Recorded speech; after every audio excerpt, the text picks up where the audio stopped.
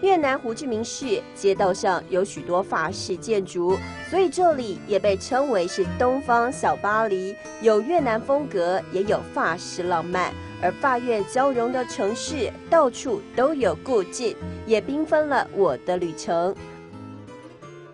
Andy， 鸦片古迹懂有历史哎。係啊，鴉片古蹟非常嘅有歷史啊！從呢後部嘅郵局，從1886年開始，印度了有8公年嘅歷史。那現在這裡面還有營業嗎？有啊，那我們進去看看。好，走進百年古蹟，一景一物都令人着迷。雖然這間郵局已經是古蹟，但是卻是個活古蹟，因為裡面依舊正常營運。觀光客可以來這裡挑明信片、寫明信片、寄信、寫信，把越南的美好遞送給遠在天邊的親人。嗨，我姐寫的怎麼樣啊？哦，我覺得在古蹟裡面啊，寫明信片啊，很有味道，而且很特別。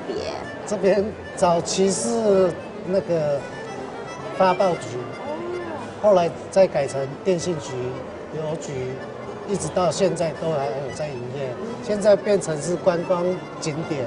這真的是一個很特別的古蹟，而且現在還賣了很多禮品哎。是啊，變成一個觀光景點。對，很不錯。百年古蹟還能夠買伴手禮，這也是越南這間郵局的特色。而絢麗又夢幻的古蹟隨處可見，像是這間粉紅教堂，矗立在街頭，搶眼也亮眼，很多觀光客慕名而來。這個教堂好漂亮哦！鴉片古蹟懂有歷史哎。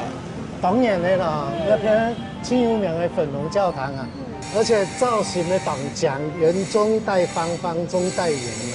它還有很多彩繪玻璃，也很有特色。對。迄幾年的啊，青史行的粉紅教堂，好賞人親頭來這邊翕相打卡。走走看看，會發現鴉片古蹟都有歷史，而它迷人的模樣令人陶醉。漫步街道就能品味專屬越南的獨有風情。